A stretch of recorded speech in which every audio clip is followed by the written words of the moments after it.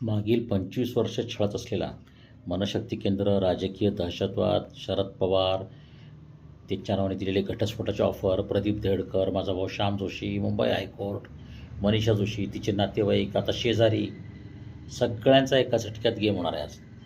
कोणी वाचणार नाही, कारण हे मी करणारच नाही आहे. हे स्वामी विज्ञानानंदांची शक्ती करणार आहे.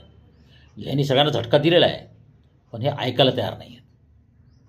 माणसाला ना काय माहिती का, जोडे तर बर्नार्ड शॉचं एक वाक्य होतं, मेल्याशिवाय लोक सुधरत नाही, जोडे खाल्ल्याशिवाय सुधरत नाही. चांदसकर फॅमिली, माझी फॅमिली, शेजारी यांना खूप समजून सांगितलं. शरद पवारांना समजून सांगितलं, प्रदीप धेडकरला सांगितलं, पोलिसांना सांगितलं, हायकोर्टाला सांगितलं. हे ऐकायलाच तयार नाही. ह्यांना मला मारायचं आहे, काय झालं ते. त्यांना भास्कोशी जिवंत नको आहे. ह्याचं खच्चीकरण करा, ह्याला उपाशी ठेवा, ह्याला डायबिटीसचा आजारी पाडा, ह्याला काय मारायचं हरामखोरला मारा. मला आत्महत्या काय काय काय नाही झालं माझ्याबद्दल.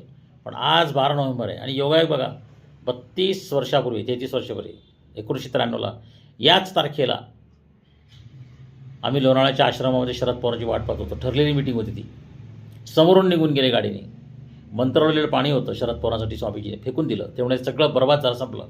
बाळासाहेब ठाकरेंना बोलवलं 18 नोव्हेंबरला डोंबिवलीला, संकल्प केला, मला उभं केलं. त्यामुळे बाळासाहेब, माझ्यानंतर माझं भूत तुमच्याकडे येईल, म्हणून मला बाळासाहेब भूत म्हणतात. हे वाक्य कुणी ऐकलेलं नाही आहे. मीनाताई, मी आणि तिथे होतो फक्त चौघेजण, आणि देशपांडे दुर्दैवाने हयात नाही आहेत. आणि बरोबर मी भूत म्हणून बाळासाहेबांना भेटलो. कळलं ना, जे बाळासाहेबांना कळलं ते उद्धवला नाही कळलं, आणि ते शरद पवारांना नाही कळलं. शरद पवार निघून गेले आणि नंतर मग स्वामीजींची समाधी घेतली. आज एंड आहे सगळ्या गोष्टींचा.